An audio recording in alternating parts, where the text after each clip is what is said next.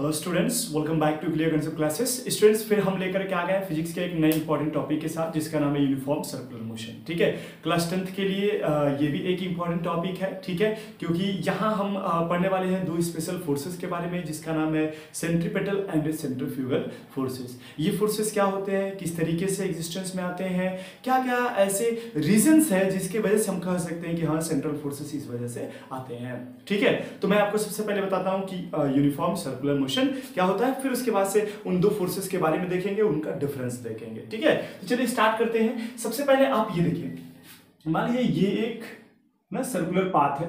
इस circular path पर क्या कर रही है, एक बॉडी सर्कुलर मोशन कर रही है।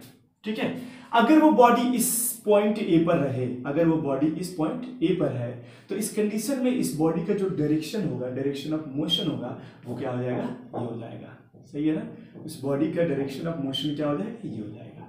अगर बॉडी इस बी पॉइंट पर आ जाए, अगर वो बॉडी इस बी पॉइंट पर आ जाए, तो उसका डायरेक्शन ऑफ मोशन क्या हो जाएगा, ये हो जाएगा बी पॉइंट पर। अगर वो बॉडी इस जगह पर आ जाए, इस जगह पर, ठीक है, इस जगह पर आ जाए, तो उसका डायरेक्शन ऑफ मोशन क्या हो जाएगा, ये हो जाएगा सी पोजीशन पे। और फाइनली अगर मैं एक और पोजीशन ले लूं, ऐसे तो बहुत सारे पोजीशंस बनेंगे, लेकिन मैं यहाँ एक और पोजीशन ले लेता हूँ, पोजीशन सी पर। तो आप देख पा रहे हो कि जब भी कोई बॉडी सर्कुलर मोशन कर रही होती है, ठीक है, उस कंडीशन में इसके डायरेक्शन क्या होता है, कंटिन्यूअसली बदलते रहते हैं। तो सर्कुलर मोशन में जो मुझे आपको समझाना है, वो सबसे पहले ये समझाना है कि यूनिफॉर्म सर्कुलर मोशन का मतलब क्या है। जब कोई बॉडी एक फिक्स्ड स्पीड से सर्कुलर पाथ पर मूव कर रही होगी, तो उस कंडीशन में जो बॉडी की स्पीड होगी उसको हम लोग क्या बोलेंगे, जो बॉडी का मोशन होगा उसको हम लोग क्या बोलेंगे, यूनिफॉर्म सर्कुलर मोशन।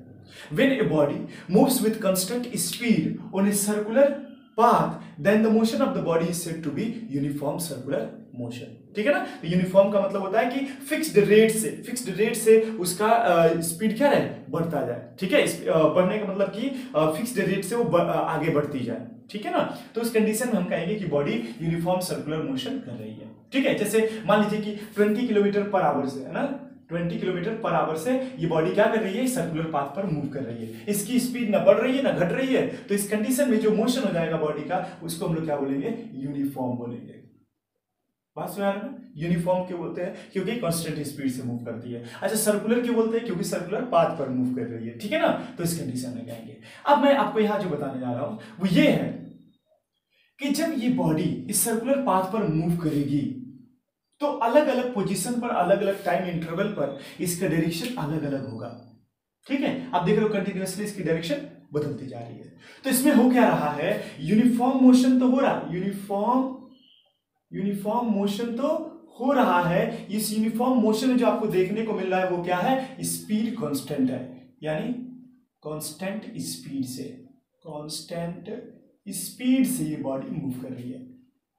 या आप देखें तो यहां डायरेक्शन क्या हो रहा है, हर समय डायरेक्शन बदल रहा है। तो आप देखते हो कि जो वेलोसिटी होता है वो क्या होता है, वो दो चीज से बना होता है। पहला मैग्नीट्यूड, है ना, मैग्नीट्यूड, और दूसरा डायरेक्शन से। अगर मैग्नीट्यूड बदला तो वेलोसिटी बदल रही है, वेलोसिटी वेरी कर रही है। अगर डायरेक्शन बदला तो भी वेलोसिटी वेरी कर रही है। तो आप यहां देख रहे हो कि यहां पर इसका मैग्नीट्यूड तो नहीं बदल रहा है, स्पीड क्या है, कांस्टेंट है 20 किलोमीटर पर आवर, मैग्नीट्यूड तो नहीं बदल रहा है, क्या बदल रहा है, डायरेक्शन। यानी यहां पर जो बॉडी मोशन कर रही है, उस बॉडी के मोशन में जो वेलोसिटी है वो क्या है, वेरिएबल है। ठीक है ना, यानी वेरिएबल वेलोसिटी से ये बॉडी क्या कर रही है, मूव कर रही है। कोई दिक्कत, चलिए ये समझ में आ गया कि वेरिएबल वेलोसिटी से बॉडी मूव कर रही है कांस्टेंट स्पीड के साथ, है ना। कांस्टेंट स्पीड मतलब स्पीड नहीं बदलेगी, वेलोसिटी उसकी बदल रही है, डायरेक्शन बदल रहा है, इसलिए। लेकिन न्यूटन का फर्स्ट लॉ क्या बोलता है हमसे, न्यूटन्स फर्स्ट लॉ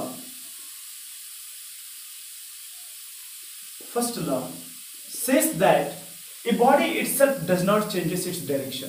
कोई भी बॉडी अपने आप अपने डायरेक्शन को नहीं चेंज करती है, कोई भी बॉडी अपने आप अपने डायरेक्शन को बदलेगी नहीं तब तक जब तक कि उसके ऊपर एक्सटर्नल फोर्स ना लगा दिया जाए। वो बॉडी की डायरेक्शन तभी बदलेगा जब बाहर से हम कोई फोर्स लगाएंगे। तो न्यूटन के फर्स्ट लॉ से देखा जाए तो ये बॉडी भाई इधर तो जा नहीं रही है, ये बॉडी इधर भी नहीं जा रही है, ये बॉडी इधर भी नहीं जा रही, इधर भी नहीं जा रही है, वो क्या कर रही है, इसी सर्कुलर पाथ पे ही मोशन कर रही है। अगर वो इसी सर्कुलर पाथ पर मोशन कर रही है तो निश्चित है कि ये जो डायरेक्शन हम यहाँ देख पा रहे हैं, ये डायरेक्शन पर कहीं ना कहीं इसके ऊपर फोर्स एक एक्सटर्नल लग रहा है जो इसकी स्पीड में बदलाव तो नहीं ला रहा है। बात समझ ना, इस बॉडी के ऊपर कोई ना कोई एक ऐसा फोर्स एक्ट कर रहा है एक्सटर्नली जो इसकी डायरेक्शन को इस पाथ पर बनाए रख रहा है।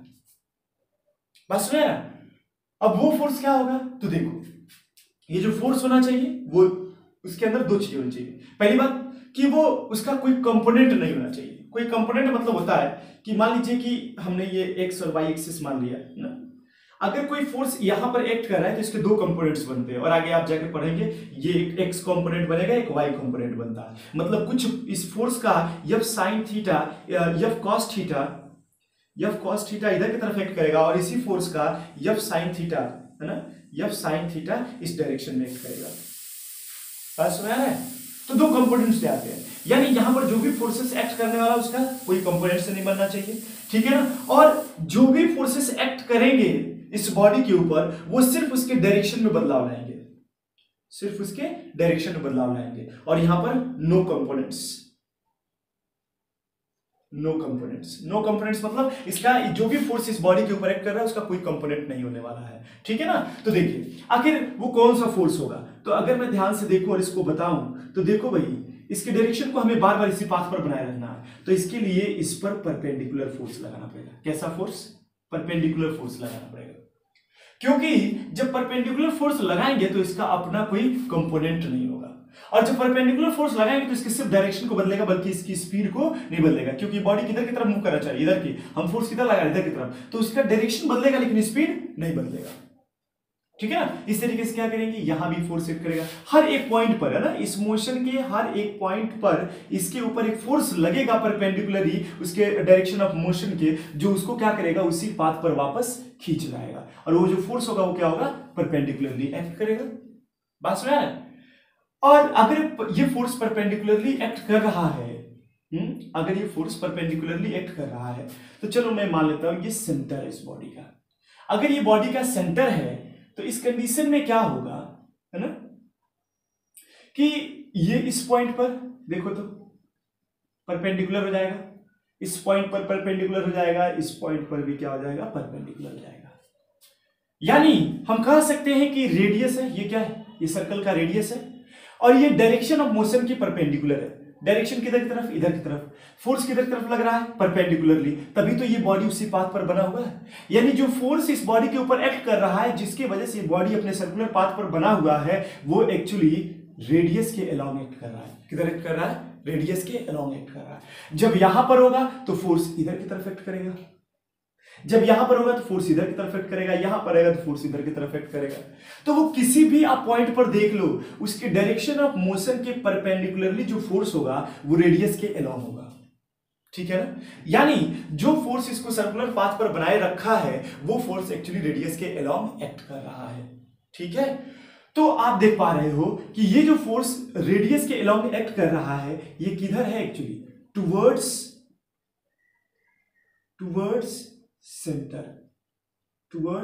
Centre of circular path, towards centre of circular path. समझा? तो इसी फोर्स को, जो फोर्स इसके सेंटर की तरफ लग रहा है, जो उसको बार बार खींच करके उसको पाथ पर, उसी पाथ पर बनाए रखने की कोशिश कर रहा है जो कि सर्कुलर पाथ है, तो ये जो फोर्स है इस फोर्स को हमने क्या नाम दे दिया, सेंट्रीपिटल फोर्स। क्या नाम दे दिया, सेंट्रीपिटल फोर्स। और ये एक्सटर्नल फोर्स होता है जो उस बॉडी के ऊपर एक्ट करता है, जिसके वजह से वो बॉडी अपने पाथ पर मेंटेन कर रखी है। अगर ये फोर्स नहीं होता तो बॉडी क्या हो जाती है, उस पाथ को छोड़ करके किसी और डायरेक्शन में चली जाती है, देख रहे हो।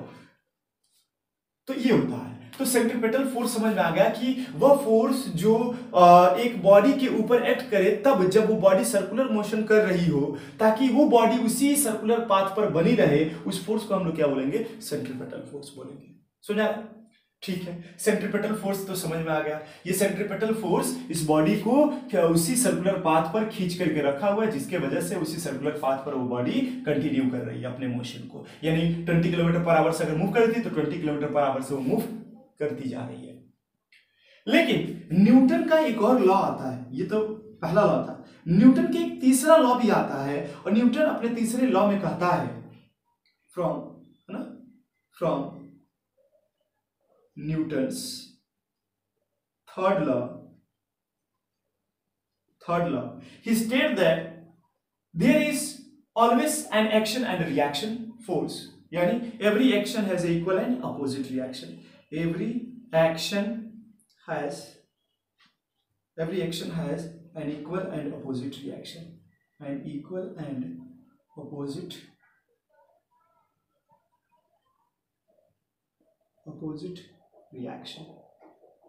क्या समझ में आया कि अगर ये फोर्स सेंटर की तरफ एक्ट कर रहा है, जो उस बॉडी को उस सर्कुलर पाथ पर बनाए रखा है, तो निश्चित है कि एक फोर्स ऐसा होगा जो इसको बाहर की तरफ भी खींचने की कोशिश करेगा, उसके अपोजिट डायरेक्शन में लगेगा, जो कि उसी फोर्स के बराबर होगा। बात सुनिए। तो इस कंडीशन में ये फोर्स जो इसको बाहर की तरफ खींचेगा, यहां होगा तो इधर खींचेगा, और यहां होगा तो इस डायरेक्शन में खींचेगा, तो इस फोर्स का नाम क्या दे दिया गया? Centrifugal force. तो अभी आपको यहां पर दो फोर्सेस के बारे में पता चला कि दो फोर्सेस जो एक्ट करते हैं एक बॉडी के ऊपर जब वो सर्कुलर पाथ पर मोशन कर रही होती है, वो होता है सेंट्रीपेटल फोर्सेस और सेंट्रीफ्यूगल फोर्सेस। आपको समझ में आया कि सेंट्रीफ्यूगल फोर्सेस क्या होते हैं और इनका मेन काम क्या होता है? इनका मेन काम होता है कि सर्कुलर पाथ पर बनाए रखेंगे। इसका मेन काम होता है कि ये अगर सेंटर की तरफ फोर्स लग रहा है, इसका क्या काम होता है? इसका भी तो कुछ यूज होगा ना। तो सेंट्रीफ्यूगल फोर्सेस का मेन यूज होता है ये कि अगर इस बॉडी को सेंटर की तरफ खींच रहा है, तो क्या ये बॉडी सेंटर की तरफ आ जा रही है? क्या नहीं, सेंटर की तरफ नहीं आ रही है। मतलब कि उसको उसी पाथ पर बनाए रखने के लिए भी ये फोर्स काम करता है। यानी सेंट्रीपेटल और सेंट्रीफ्यूगल फोर्स दोनों ही हेल्प करते हैं इस बॉडी को, ताकि ये बॉडी अपने सर्कुलर पाथ पर मोशन करती रहे। ठीक है ना। तो ये दो फोर्सेस होते हैं और ये जनरली उस समय अराइज होते हैं जब कोई भी बॉडी सर्कुलर मोशन कर रही होती है तब। तो समझ में आ गया आपको? एक तो पहले समझना था कि यूनिफॉर्म सर्कुलर मोशन क्या होता है। तो when a body with a constant speed moves on a circular path, then the motion of the body is known as uniform circular motion.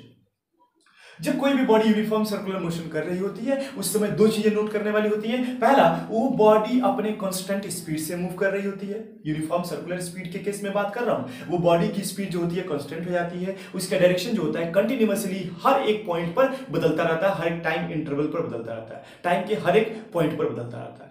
बात समझ आ रहा है? तो ये होती है। दूसरी बात कि जब भी कोई बॉडी यूनिफॉर्म सर्कुलर मोशन करेगी, है ना, यूनिफॉर्म सर्कुलर मोशन करेगी, उस समय पर क्या होता है कि उसकी स्पीड कांस्टेंट रहती है, लेकिन वेलोसिटी क्या होती है? वेरिएबल हो जाती है। वेरिएबल वेलोसिटी से मूव करता है, यानी उसकी वेलोसिटी हर समय पर बदलती रहती है। क्यों वेलोसिटी बदलती है? क्योंकि वेलोसिटी दो चीजों पर डिपेंड करती है, एक मैग्नीट्यूड, दूसरा डायरेक्शन पर। अगर वेलोसिटी बदल रही है तो या तो मैग्नीट्यूड बदल रहा होगा, या तो डायरेक्शन बदल रहा होगा, या तो दोनों बदल रहा होगा। ठीक है। फिर हमने देखा कि जब कोई बॉडी सर्कुलर पाथ पर मूव कर रही होगी, तो हर एक पॉइंट पर अगर उसका डायरेक्शन अलग अलग है, तो वो उस डायरेक्शन में तो जा नहीं रही है। इस पॉइंट पर डायरेक्शन इधर है, तो ये बॉडी इस डायरेक्शन पे नहीं गई है, इस डायरेक्शन में मूव नहीं की है, वो अपने फिर डायरेक्शन को बदल ली है। फिर जैसे इस पॉइंट पर पहुंचे, इसका डायरेक्शन ये हो गया, फिर भी उस पाथ पर नहीं गई है। अलग अलग पोजीशन पर उसका डायरेक्शन अलग अलग है, लेकिन वो अलग अलग डायरेक्शन में नहीं गई है। क्यों नहीं गई है? तो इसका मतलब कि इस बॉडी के ऊपर एक्सटर्नल कोई फोर्स एक्ट कर रहा है, जिसकी वजह से ये बॉडी अपने सर्कुलर पाथ पर बनी हुई है। तो हमने देखा कि हम एक ऐसा फोर्स यहां पर, इसका मतलब कि यहां पर एक ऐसा फोर्स एक्ट कर रहा है इस बॉडी पर, जिसकी वजह से इस बॉडी के स्पीड में कोई बदलाव नहीं आ रहा है। भाई 20 किलोमीटर पर आवर से मूव कर रही थी और 20 किलोमीटर पर आवर से ही मूव करेगी, तभी तो कहेंगे कि यूनिफॉर्म है, नहीं तो यूनिफॉर्म काहे का? बस मेरा। तो यूनिफॉर्म सर्कुलर मोशन मतलब ये कि अगर इस बॉडी के ऊपर कोई फोर्स बाहर से हम लगा रहे हैं इसके डायरेक्शन को चेंज करने के लिए, तो दो बातों का ध्यान देना पड़ेगा कि वो फोर्स सिर्फ इसके डायरेक्शन को चेंज करे, न कि उसके मैग्नीट्यूड को, यानी उसके स्पीड के मैग्नीट्यूड को चेंज नहीं करे। ठीक है ना। तो ये जब हमने देखा तो हमने न्यूटन के फर्स्ट लॉ से कंक्लूजन लाया कि अगर कोई बॉडी अपने डायरेक्शन को चेंज करना चाहती है, तो क्या होगा कि वो इसके ऊपर कोई फोर्स लगाना पड़ेगा, और जो फोर्स लगाना पड़ेगा, ये ध्यान देना पड़ेगा कि उस फोर्स का कोई कंपोनेंट फर्दर ना बने। ठीक है, पहली चीज। दूसरी चीज कि उस बॉडी के डायरेक्शन में ही सिर्फ बदलाव लाए, उसकी स्पीड में बदलाव नहीं लाए। ठीक है। तो इस कंडीशन में हमने देखा कि यदि हम परपेंडिकुलर फोर्स लगा दें तो उसका कोई कंपोनेंट नहीं बनेगा, और इस वजह से ये बॉडी का जो स्पीड होगा वो कांस्टेंट रहेगा और इसके सिर्फ डायरेक्शन में बदलाव आएगा। फिर हमने बताया कि ठीक है, इसका मतलब कि ये फोर्स परपेंडिकुलर होगा, उसके डायरेक्शन ऑफ मोशन के फोर्स परपेंडिकुलर होगा। तो मैंने कहा भाई इस पॉइंट पर इसका डायरेक्शन किधर की तरफ, इधर की तरफ, तो इससे परपेंडिकुलर फोर्स तो ये भी है ना, ये भी तो एक परपेंडिकुलर फोर्स है। इसका मतलब कि जब बॉडी अलग अलग अपने पोजीशन पर होती है तो उसके सेंटर से आप अगर ध्यान दो तो क्या हो रहा है, यही तो है। अगर इसको मैं एक बहुत बड़ा सर्कुलर पाथ मान लूं तो ये क्या हो जाता है, ये छोटी लाइन यहां से यहां तक क्या हो जाएगा, स्ट्रेट लाइन हो जाती है। स्ट्रेट लाइन की ये परपेंडिकुलर लाइन, तो दिख रहा है ये जो परपेंडिकुलर लाइन है ये किधर की तरफ है, ये इसके रेडियस की तरफ है, यानी इसका रेडियस के अलोंग एक्ट कर रहा है, जो उसके सेंटर की तरफ शो कर रहा है, सेंटर की तरफ लगता हुआ फोर्स दिखाई दे रहा है। और इसी फोर्स को हम लोगों ने नाम क्या दे दिया था, सेंट्रीपेटल फोर्स। सेंट्रीपेटल फोर्स का मेन काम होता है कि बॉडी को सर्कुलर पाथ पर बनाए रखती है। सेंट्रीफ्यूगल फोर्स का मेन, अच्छा, सेंट्रीपेटल फोर्स की वजह से क्या होगा, यहां पर फिर न्यूटन थर्ड लॉ का एक कंक्लूजन मिला कि every action has equal and opposite reaction. अगर कोई भी बॉडी के ऊपर अगर एक्शन फोर्स एक्ट कर रहा है तो जाहिर सी बात है उसके ऊपर एक रिएक्शन फोर्स भी एक्ट कर रहा होगा। तो इससे हमें कंक्लूजन ये मिला कि अगर सेंटर की तरफ एक फोर्स एक्ट कर रहा है तो निश्चित है कि इसके सेंटर के बाहर भी, यानी सेंटर से दूर भी एक फोर्स एक्ट कर रहा होगा, उस फोर्स का क्या नाम दे दिया, सेंट्रीफ्यूगल फोर्स। बात समझ आया? तो दो तरीके से ये फोर्स एग्जिस्टेंस में आते हैं। और फिर सेंट्रीपेटल फोर्स को फाइंड आउट करने के लिए हमने यहां पर एक एक्सप्रेशन दिया गया और वो एक्सप्रेशन हमारे पास F is equal to mv²/r। ये क्या है, mv²/r। ये ध्यान रहे, ये एक्सप्रेशन है सेंट्रीपेटल फोर्स का, जो कि सेंटर की तरफ इतना फोर्स एक्ट कर रहा होगा, जहां पर m उस बॉडी का मास हो जाएगा, ठीक है, v वेलोसिटी हो जाएगा और r रेडियस हो जाएगा, जिस सर्कुलर पाथ पर वो बॉडी मोशन कर रही है। अभी बात समझ आया? अब मैं आपको बताता हूं कि इन दोनों के बीच में डिफरेंस क्या है, इन दोनों के बीच में डिफरेंस क्या है, ठीक है। अच्छा, कुछ एग्जाम्पल की अगर मैं बात कर लूं सबसे पहले, तो एग्जाम्पल में देख लो भाई, एग्जाम्पल में क्या है, जब हम किसी स्टोन को, है ना, धागे से बांध करके घुमाएंगे, वायरल कराएंगे, तो क्या होगा वो, ठीक है, उस कंडीशन में जब वो स्टोन मूव कर रहा होगा, उस धागे से जो बंधा हुआ है वो बाहर की तरफ जाने की कोशिश करेगा, जिसकी वजह से हमारा हाथ क्या होगा, बाहर की तरफ खींचेगा। यानी जो फोर्स हमारे हाथ पर एक्ट कर रहा है, जो हमारे हैंड पर एक्ट कर रहा होता है, वो फोर्स क्या होता है, सेंट्रीफ्यूगल फोर्स होता है।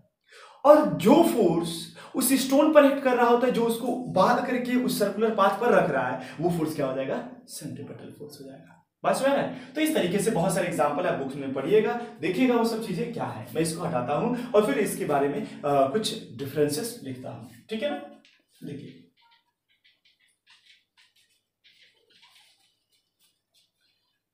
तो डिफरेंसेस में क्या है, दो लाइन का डिफरेंस है, थोड़ा सा मैं बुक का हेल्प ले लेता हूं और वो चीजों को आपको समझा देता हूं। देखिए, ये लिखा हुआ है कि differences between centripetal and centrifugal forces. पहला डिफरेंस ये है कि the centripetal forces is directed towards the centre. जाहिर सी बात है, पहला डिफरेंस यही है कि सेंट्रीपेटल जो फोर्स होगा, centripetal force is always directed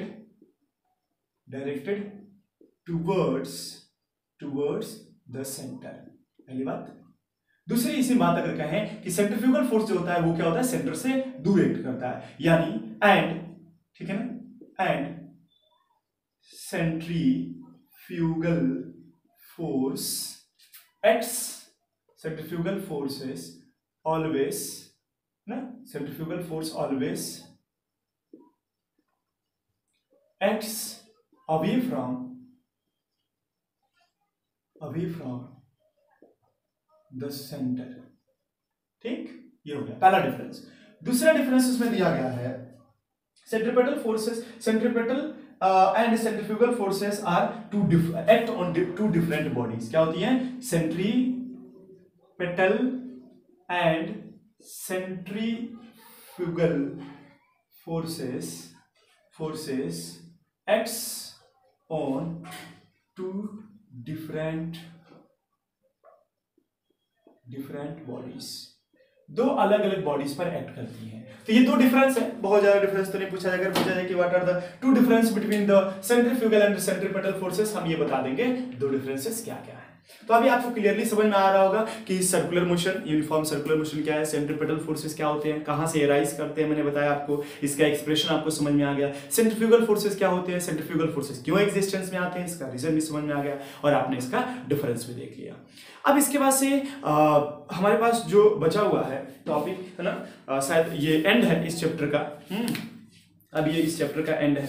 आपको अब मैं कुछ न्यूमेरिकल बताऊंगा, ठीक है ना, आपको मैं कुछ न्यूमेरिकल बताऊंगा जो कि प्रिंसिपल ऑफ मूवमेंट पर बेस्ड होगा, ठीक है। उन सारे न्यूमेरिकल्स के बारे में हम डिस्कस करेंगे, जहां इसको देखने के लिए हमें मिलना पड़ेगा नेक्स्ट वीडियो में, ठीक है। तो चलिए फ्रेंड्स, मिलते हैं नेक्स्ट वीडियो में, जहां हम आपको कुछ न्यूमेरिकल प्रॉब्लम्स बताएंगे जो प्रिंसिपल ऑफ मूवमेंट पर बेस्ड है। मतलब anti clockwise, all the sum of anti clockwise movement is equal to the sum of clockwise movement पर, ठीक है। चलिए मिलते हैं नेक्स्ट वीडियो में।